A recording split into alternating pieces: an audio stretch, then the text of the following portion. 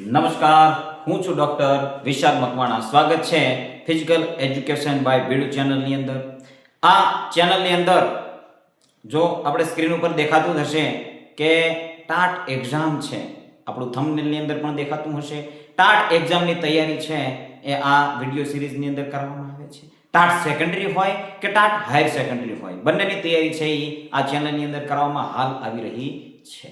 ભવિષ્યની અંદર પણ જે પણ ફિઝિકલ એજ્યુકેશન સાથે જોડાયેલી એક્ઝામ છે આવશે, એની તૈયારી આપણે આ ચેનલની અંદર કરાવવાના છીએ. તો જોડાયેલા રહેજો. જે પણ કેન્ડિડેટ જોડાય છે એ ચેનલને સબસ્ક્રાઇબ કરી દે. કોઈ પણ તૈયારી કરાવવામાં આવે અને તેનો વિડીયો છે અપલોડ થાય એટલે તરત જ તમારી નોટિફિકેશનની અંદર આવી શકે. અને આજે છે એ અત્યારે છે એ ટાટ હાયર સેકન્ડરીની તૈયારી કરવામાં આવે છે. યોગ, સ્વાસ્થ્ય અને શારીરિક શિક્ષણ ધોરણ 11 નું પાઠ્યપુસ્તક ચાલુ છે અને આજે એ પૂર્ણાહુતિને આરે છે. છેલ્લું ચેપ્ટર બચ્યું છે. ઘણા મિત્રોની કોમેન્ટ પણ આવે છે કે સર 12 નું જે પાઠ્યપુસ્તક છે એના વિડીયો પણ અપલોડ કરો. ક્રમશઃ છે આપણે શરૂ રાખ્યા છે અને 11મું પાઠ્યપુસ્તક પૂર્ણ થાય છે આજે. આવતા વિડીયો છે હવે 12મા પાઠ્યપુસ્તકમાંથી થશે. એને પણ આપણે સંપૂર્ણ કવર કરવાનું છે. સૌને ખ્યાલ છે ડેટની અંદર પણ છે એ આગળ થોડી ધકેલાણી છે, કારણ કે તે દિવસે એક બીજી એક્ઝામ કન્ડક્ટ થવાની હતી, એટલા માટે એ એક્ઝામ છે એને પોસ્ટપોન કરી અને આગળ એપ્રિલની અંદર 12 એપ્રિલની અંદર નવી ડેટ છે એ આપવામાં આવેલી છે. ત્યારે પ્રિલિમ એક્ઝામ છે એ ટાટા હાયર સેકન્ડરીની યોજાશે. તો આજના વિડીયોની અંદર તમને સ્ક્રીન ઉપર દેખાતું હશે એક વ્યક્તિ છે સરસ જો ફાઇટિંગ કરતો હોય એવું, જેને શું કહેવાય છે, કરાટે કહેવાય છે. એ એક કળા છે અને એક શિસ્ત છે, શિસ્તબદ્ધની એક કળા છે કરાટે. એની આપણે ચર્ચા કરવાની છે આજે. સંપૂર્ણ છે એ કરાટેને પૂર્ણ કરી દઈશું. પ્રભાવશાળી શારીરિક શિક્ષણ માર્ગદર્શિકાની અંદર આપણને જોવા મળવાની છે. ચાલો જો હવે એનો ઇતિહાસ છે, ખૂબ જ પ્રાચીન ઇતિહાસ છે અને સરસ મજાની સુંદર સ્લાઇડ તૈયાર કરેલી છે તમારા માટે. કરાટેનો ઇતિહાસ અને એનો ઉદ્ભવ ક્યાંથી થયો, આવો પ્રશ્ન થવો જોઈએ કે એનો ઉદ્ભવ ક્યાંથી થયો. આપણા પાઠ્યપુસ્તકની અંદર સુંદર એનું વર્ણન કરેલું છે. તો પ્રાચીન ભારત છે એ બૌદ્ધ સાધુઓએ જંગલી પશુઓ અને લૂંટારાઓથી આત્મરક્ષા કરવા માટે આ જે પદ્ધતિ છે, જે કરાટે જેને કહેવાય છે, એની શરૂઆત કરેલી અથવા તો એની નિપુણતા એની કરેલી. જો અહીંયા તમે જોઈ શકો છો બૌદ્ધ સાધુઓ છે એ પ્રેક્ટિસ કરતા હોય. હવે આવા લૂંટારાઓ આવે છે, જંગલી પ્રાણીઓ આવે છે અને ડાકુઓ આવે, લૂંટારાઓ આવે, તો એમનાથી બચવા માટે જે આ સાધુઓ છે, બૌદ્ધ સાધુઓ છે, કયા છે? બૌદ્ધ સાધુઓ છે, તેઓથી બચવા માટે આ કળા છે એ શીખેલી છે, જેને કરાટે કહેવાય છે. પ્રાચીન ભારત બૌદ્ધ સાધુઓએ જંગલી પશુઓ અને લૂંટારાઓથી આત્મશાળી એટલે કે આત્મ બચાવ માટે આ કળા છે એ શીખેલી છે. એટલે ભારતની અંદર પણ આ કળા હતી એવું જાણવા મળે છે ઇતિહાસની અંદર. ત્યારબાદ ચાઇનાની અંદર છે, જો ચાઇનાની અંદર જો એનો નકશો આપેલો છે, તો ચીનની અંદર શું છે, ચીન અને જાપાન બૌદ્ધ ધર્મના પ્રચાર સાથે ચીન અને ત્યાંથી જાપાનના ઓકિનાવા, કયું યાદ રાખજો, ઓકિનાવા ટાપુ પર પહોંચી. હવે આ કળા છે એ ક્યાં પહોંચી? ભારતમાંથી ચીનમાં પહોંચી, ચીન અને જાપાનમાં પહોંચી, કારણ કે બૌદ્ધ ધર્મના પ્રચારકો ત્યાં પણ જોવા મળે છે, આપણા ભારતની અંદર છે. એવી રીતે ચાઇના છે, જાપાન છે અને અત્યારે તો વિશ્વના દરેક દેશની અંદર લગભગ બૌદ્ધ સાધુઓ છે અને એમના સ્થાનો છે અહીંયા જોવા મળે છે. તો 17મી સદીમાં આ બૌદ્ધ સાધુઓ છે એમને ચીનની અંદર અને ત્યાંથી જાપાનમાં કયું શહેર, ઓકિનાવા એક ટાપુ છે, ત્યાં ટાપુ સુધી આ કળા છે એ પહોંચી. 17મી સદીમાં હથિયારો પર પ્રતિબંધ હોવાથી સામાન્ય લોકોમાં આ અત્યંત લોકપ્રિય બન્યું. હવે 17મી સદીમાં શું હતું, ત્યાંના રાજા મહારાજા હતા, તેઓએ શું કર્યું, પોતાની ઉપર કોઈ હુમલો ન કરી જાય એટલે સાધનો રાખવાની મનાઈ ફરમાવી દીધી આખા રાજ્યની અંદર. કોઈ પણ પ્રકારનું સાધન છે, હથિયાર છે રાખવા ઉપર પ્રતિબંધ લાદવામાં આવ્યો. તો હવે જે પ્રજાજનો છે એમને પોતાના રક્ષણ માટે કંઈક તો એમને કરવું પડશે, તો એમને આ કરાટેની કળા છે એ શીખી. ત્યારે છે એ ખૂબ જ પ્રચલિત બની ચાઇનાની અંદર. ત્યાંથી ગીચિન ફુનકોશી જે છે, ગીચિન ફુનાકોશી છે, જો આ પણ એક નામ છે કરાટે સાથે જોડાયેલું છે, પ્રશ્નની અંદર આવી શકે. ગિચિન ફુનાકોશી છે એ આધુનિક કરાટેના પિતા કહેવામાં આવે છે. શું કહેવામાં આવે? આધુનિક કરાટેના પિતા કોણ? Gichin Funakoshi. ગિચિન ફુનાકોશી એ વ્યક્તિ કોણ છે? અહીંયા તમને દેખાય છે. તો આ રીતે છે. કળાને વ્યવસ્થિત રમતનું સ્વરૂપ આપ્યું કોને આપ્યું? ગિચિન ફુનાકોશીએ. ત્યારબાદ ભારતમાં પુનરાગમન થયું રવિન્દ્રનાથ ટાગોર દ્વારા. અહીંયા રવિન્દ્રનાથ ટાગોરનો ફોટો આપેલો છે. એના પ્રયત્નોથી જાપાનના શિન્જો તાગાકી દ્વારા શાંતિ નિકેતનમાં કઈ જગ્યાએ ભારતની અંદર આવી? શાંતિ નિકેતનની અંદર કોના પ્રયાસોથી? રવિન્દ્રનાથ ટાગોરના પ્રયાસોથી ભારતની અંદર આવી છે. કરાટેના પિતા કોને કહેવામાં આવે છે? ગિચિન ફુનાકોશીને કહેવામાં આવે છે. આ જે કળા છે કરાટે એ પ્રાચીન સમયમાં કયા દેશની અંદર રમાતી હતી? ભારતની અંદર રમાતી હતી. શું કામ રમાતી હતી? તો લૂંટારાઓ છે, ડાકુઓ છે, અથવા તો જે પ્રાણીઓ, જંગલી પ્રાણીઓ છે એનાથી રક્ષણ મેળવવા માટે આ કળા છે એ શીખવામાં આવતી હતી. ચાલો, તો આટલી માહિતી આની અંદર આપેલી છે. સુંદર આખો ડાયાગ્રામ આપેલો છે. હવે કરાટેનો અર્થ વિશે થોડું જાણી લઈએ. કરાટેનો અર્થ શું છે અને તેનું મહત્વ શું છે? તો કરા શબ્દ બે થી બનેલો છે. કરાટે છે કરા અને ટે. કરા એટલે ખાલી, ટે એટલે હાથ. જો શાબ્દિક અર્થ છે એ પણ તમારે યાદ રાખવાનો છે. કરાનો અર્થ શું થાય છે, ટેનો અર્થ શું થાય છે? કરા એટલે ખાલી અને ટે એટલે હાથ. ખાલી હાથે, આવો અર્થ થાય છે. સમગ્ર અર્થ ખાલી હાથ. કોઈ પણ હથિયાર વગર આત્મરક્ષા કરવાની કળા છે. કોઈ પણ હથિયાર વગર આત્મરક્ષા કરવાની કળા છે. બૌદ્ધ સાધુઓ છે એમને આ કળા છે વિકસાવી. શું કામ? કારણ કે એ છે અહિંસાનું પાલન કરતા હોય છે. ખ્યાલ આવે છે? અહિંસાનું પાલન કરતા હોય છે. તો આ સ્વ બચાવ માટે કોઈ પણ હથિયાર વગર સ્વ પોતાનો બચાવ કરે છે. તો આની અંદર એમનું જે અહિંસાનો નિયમ પાળે છે એ પણ બચી જાય છે અને એમનું પોતાનું રક્ષણ પણ થાય છે. એવી રીતે આ કળાનો ઉદ્ભવ થયો છે. આત્મરક્ષા માટે શ્રેષ્ઠ છે આ કળા. આત્મરક્ષા પોતાના રક્ષણ માટે શ્રેષ્ઠ છે. શારીરિક સ્ફૂર્તિ અને માનસિક એકાગ્રતા પણ આની અંદર જરૂરી છે.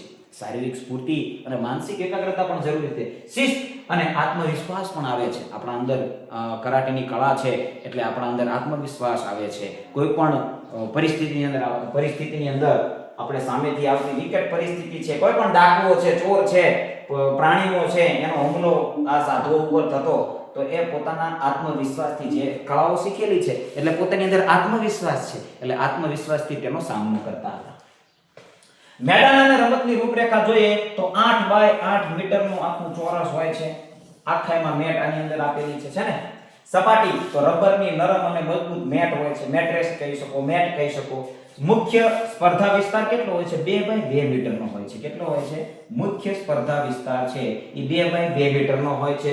રંગ સામાન્ય રીતે લાલ અને વાદળી રંગ આવી રીતે હોય છે. સામાન્ય રીતે લાલ અને વાદળી રંગનો ઉપયોગ કરવામાં આવે છે. તો આવી રીતે મેદાન છે 8 બાય 8 મીટરનું. વચ્ચેનો જે એરિયા છે એ 2 બાય 2 મીટરનો હોય છે. જે સ્પર્ધા એરિયા છે એની અંદર કરાટે કરવાનું હોય છે. ચાલો, હવે કરાટે ગી જેવી રીતે જુડો ગી આવ્યું હતું એવી રીતે કરાટે ગી આવે છે. ખ્યાલ આવે છે? આ જુડોનો યુનિફોર્મ છે. કરાટેનો યુનિફોર્મ તો જો એની અંદર શું આવે છે? સ્પર્ધકો દ્વારા પહેરવામાં આવતો ખાસ સફેદ યુનિફોર્મ, ખુલતો જબ્બો અને ફૂલ પેન્ટ છે એ કરાટેની અંદર પણ પહેરવામાં આવે છે. બેલ્ટ છે એ ખેલાડીની ક્ષમતા મુજબ અલગ અલગ રંગના બેલ્ટ છે એ આપવામાં આવે છે. નિયમ શું છે? તો ખુલ્લા પગે એટલે કે નંગા પગે રમત રમાય છે. હાથ પગ પર કોઈ આભૂષણ કે ધાતુની વસ્તુઓ તમારે રાખવાની નથી, પહેરવાની નથી. તો એની અંદર પ્રતિબંધ છે. હવે અહીંયા જોઈ શકો છો બીજા સાધનો કે જરૂર પડે છે. સ્ટોપ વોચ છે એની જરૂર પડે છે. આ સ્પર્ધાનું આયોજન કરવું છે તો સ્ટોપ વોચની જરૂર પડે છે. સ્કોરબોર્ડ, સ્કોર શીટ છે એની જરૂર પડે છે. સ્કોરબોર્ડની જરૂર પડે છે. વિસલની જરૂર પડે છે. રેફરીને વિસલની જરૂર પડે છે. અને ગાર્ડ્સ છે. તો આ ગાર્ડ્સ કોના માટે છે? ખેલાડી માટે છે. હાથ ગ્લોવ્સ પણ કહી શકાય. ગાર્ડ્સ છે હાથની અંદર પહેરવામાં આવે છે. તો જે આ છે એ આ આધુનિક સાધન છે. પહેલા જમાનાની અંદર આવા સાધનો હતા નહીં. ચાલો, ત્યારબાદ કરાટેના મુખ્ય કેટલાક કૌશલ્યો છે એની તરફ આપણે જઈશું. તો પ્રહાર અને બચાવની પદ્ધતિઓ છે. જો કારણ કે કરાટે છે એની અંદર આપણે પ્રહાર પણ કરવાનો છે, અને જે સામેથી પ્રહાર ખેલાડી કરે છે તો એનાથી બચવાનું પણ છે. તો આવી રીતે તો હાથ દ્વારા પ્રહાર, જેને શું કહેવામાં આવે છે, ઝુકી કહેવામાં આવે છે. આ શબ્દો ખાસ યાદ રાખવાના છે, ઝુકી. કારણ કે આ 3 શબ્દો તમે યાદ રાખી લેશો એટલે આગળના કૌશલ્ય શું કહેવા માંગે છે એ આપણને ખ્યાલ આવી જશે. જો ઝુકી શબ્દ આવે એટલે હાથ દ્વારા પ્રહાર કરવાનો છે. ઝુકી, જે કૌશલ્યની પાછળ ઝુકી આવે છે એટલે હાથ દ્વારા આપણે પ્રહાર કર્યો છે.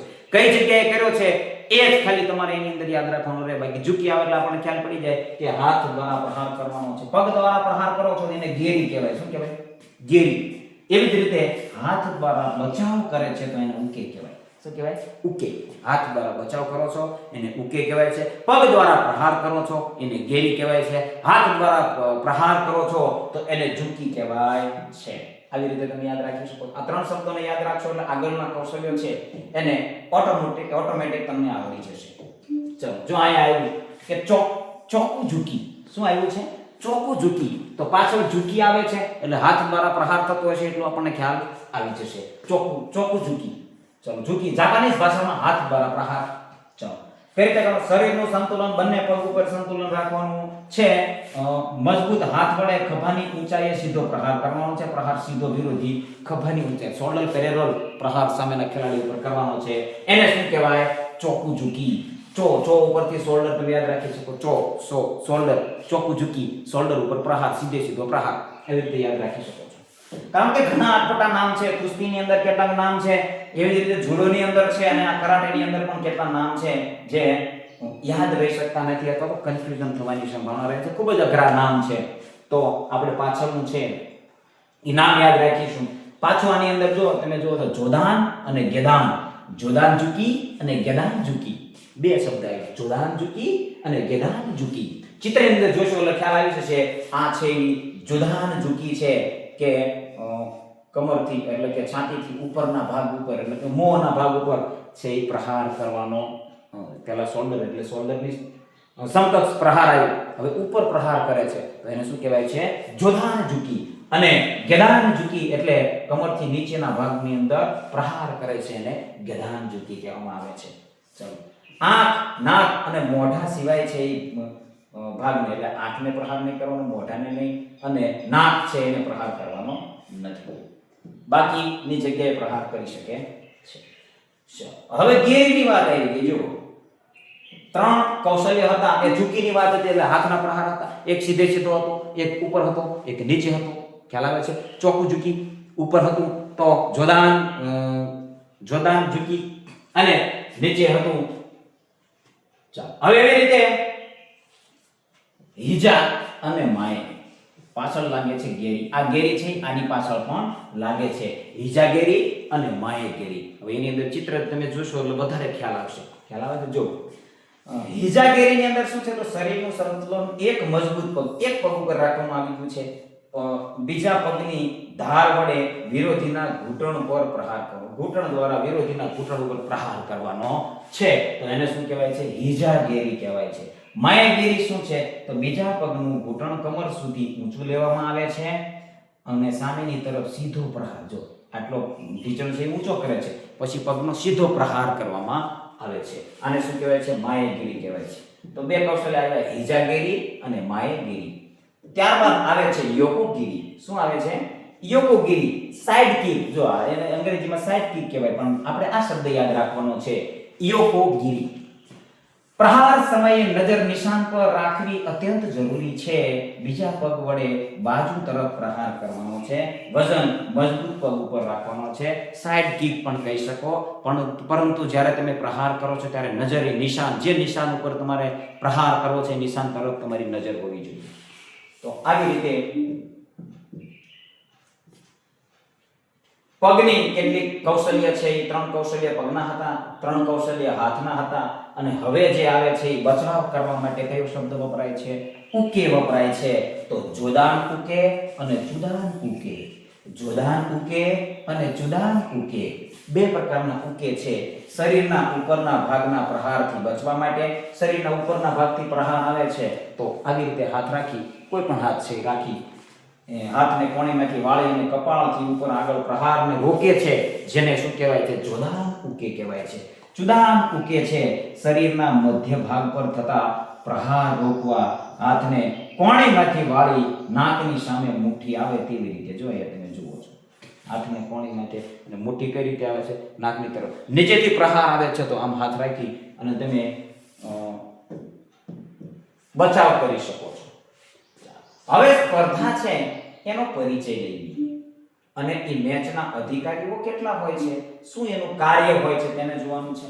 રમતના પ્રકાર તો કાંટા અને લડાઈ, આ બે પ્રકારે હાલ આધુનિક સમયની અંદર લડાઈ લડાય છે. કાંટા અને લડાઈ. કાંટા શું છે અને લડાઈ શું છે એ સૌને ખ્યાલ હોવો જોઈએ.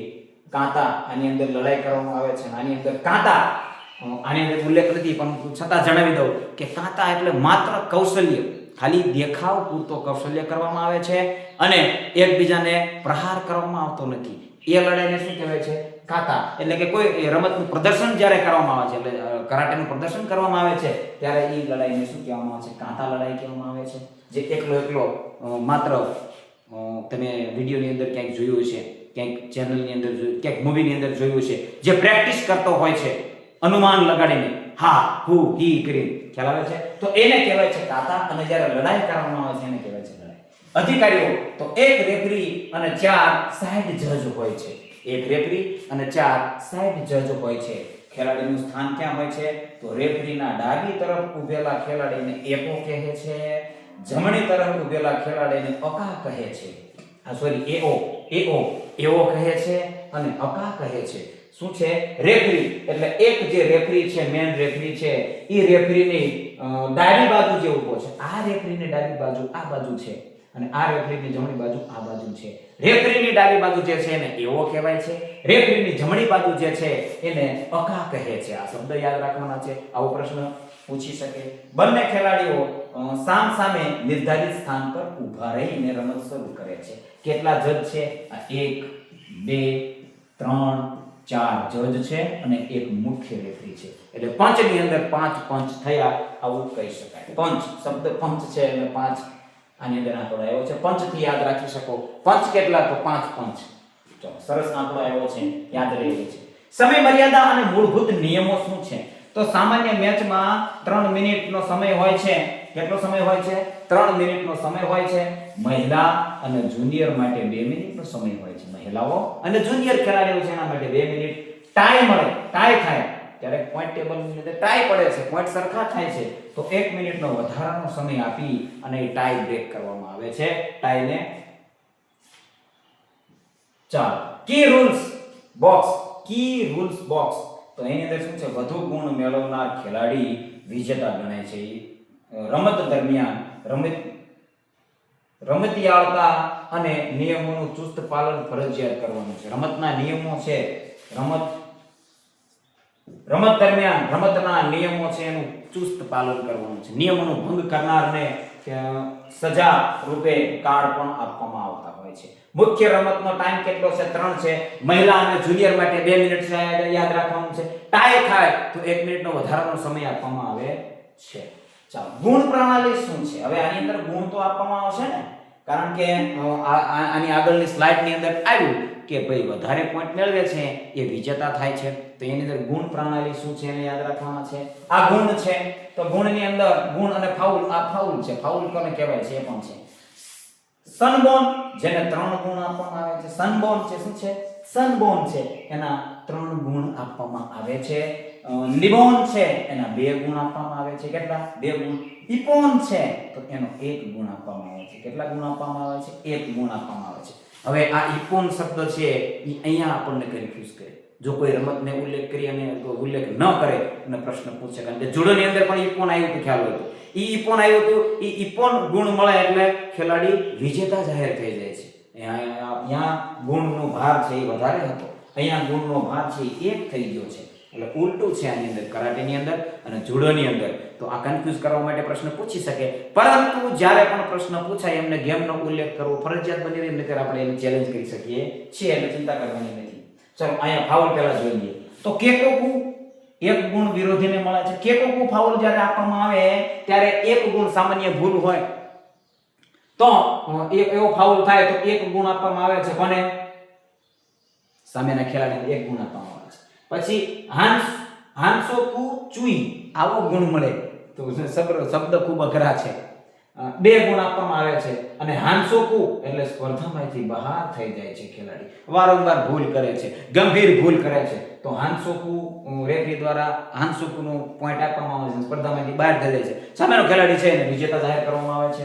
હાન્સોકુ ચુઈ એની અંદર 2 ગુણ આપવામાં આવે છે. ચાલો, પ્રતિબંધો શું છે? તો વિરોધીને પકડી રાખવું, દાંત વડે ઈજા કરવી, મોં પર પ્રહાર કરવા, જમીન પર પડેલા પર પ્રહાર કરવો અને ઈરાદાપૂર્વક મેદાનની બહાર જવું સખત મનાય છે. કેટલા મુદ્દા આપ્યા છે, આ દરેક મુદ્દાને યાદ રાખવાના છે. આની અંદરથી પૂછી શકે કે નીચેનામાંથી કરાટેની અંદર નીચેનામાંથી શું કરવાથી અથવા તો કઈ પ્રવૃત્તિ અથવા તો કઈ કૃતિ કરવાથી ખેલાડીને સ્પર્ધામાંથી અથવા તો એનો ગુનો ગણાતો નથી. આવી રીતે આ દરેક આપ્યા હોય કે વિરોધીને પકડી રાખવું, તો કરાટેની અંદર પકડવાની મનાઈ હોય છે. દાંત વડે ઈજા કરવી તો એક મનાઈ છે, દરેકની અંદર, કુસ્તીની અંદર, જુડોની અંદર, દરેકની અંદર મનાઈ છે. મોં ઉપર પ્રહાર કરવો એટલે મોં ઉપર પ્રહાર કરે છે તો એ મોંની ઉપર આજુબાજુ, જો આપણે આગળ હમણાં જોયું કે મોં, આંખ અને નાક ઉપર પ્રહાર કરી શકતા નથી, બાકી કરી શકે છે પ્રહાર. જમીન પર પડેલો છે ખેલાડી, જમીન પર પડી ગયો છે, પછી પડ્યા પછી ખેલાડીને તમારે એના ઉપર વાર કરવાનો નથી. ઈરાદાપૂર્વક મેદાનની બહાર નીકળી જાય છે ખેલાડી છે, ઈરાદાપૂર્વક મેદાનની બહાર નીકળી જાય, ખબર પડી ગઈ કે હવે આપણે વિજેતા થયું નથી, તો એ ગુનો ગણાશે અને રેફરીને એવું લાગશે તો ત્યાં સ્પર્ધા છે એ પૂર્ણ પણ જાહેર કરશે. ચાલો, હવે સમાપન તરફ આપણે આવ્યા છીએ અને ભારતના પ્રચલિત શૈલીઓ છે, ભારતની અંદર જે પ્રચલિત શૈલીઓ છે કરાટેની કઈ છે આ નામ છે એ તમારે યાદ રાખવાનું છે. સોતોકાન, શિતોરિયો, બિનોરિયું, ગોજોરિયું અને વાડોરિયું, આ 5 પ્રકાર છે જે 5 પ્રકાર સ્વરૂપે આ રમત છે એ રમાય છે ભારતની અંદર શૈલીની અંદર. અને આજના આ વિડીયોની અંદર બસ આટલું જ. આ 5 પ્રકાર છે: સોતોકાન, સોતોરિયું, બિનોરિયું, ગોજોરિયું અને વાડોરિયું. ખૂબ જ જુડો છે. કુસ્તીમાં તો થોડા સહેલા આવે છે, પરંતુ એ પણ અઘરા જ કહેવાય આપણા માટે. કુસ્તી, જુડો અને આ કરાટે, આ 3ની અંદર જે કૌશલ્યોના નામ આવે છે, ઘણા બધા એવા શબ્દો આવે છે જેને આપણે અઘરા લાગે છે, એટલે એને ખાસ નોંધ કરી લેવી. વારંવાર રિપીટ કરવાથી એ શબ્દો છે એ યાદ રહી જશે. ચાલો, તો આજના વિડીયોની અંદર બસ આટલું જ. બન્યા રહેજો આ ચેનલની અંદર, જોડાયેલા રહેજો. શરૂઆતથી અંત સુધી છે આ ચેનલ છે એ તમારો સાથ નિભાવવાનું છે, એટલે જોડાયેલા છો તો જોડાયેલા જ રહેજો. વિડીયો છે એ તમને યોગ્ય લાગતો હોય અને ગમતો હોય તો એને લાઈક પણ કરી દેવાનો છે, અને ચેનલને હજુ સુધી સબસ્ક્રાઈબ ના કરી હોય તો સબસ્ક્રાઈબ પણ કરી દો. બન્યા રહેજો આ ચેનલની અંદર. જય હિન્દ.